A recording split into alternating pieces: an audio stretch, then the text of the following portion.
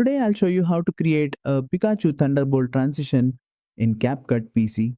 This effect adds a striking electric flash between clips, giving your video a high energy boost. Let's get started.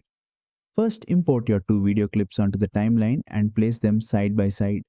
Now, head over to the transitions panel and search for electric light 2. Once you find it, simply drag and drop the effect between your two clips. By default, the transition has a set duration, but you can adjust it by dragging the edges on the timeline or using the duration slider in the settings panel. Increase the duration for a dramatic lightning strike or shorten it for a quick, impactful effect. And that's it.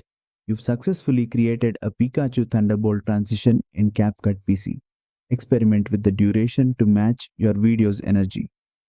If you found this tutorial helpful, don't forget to like, share, and subscribe for more quick CapCut editing tips.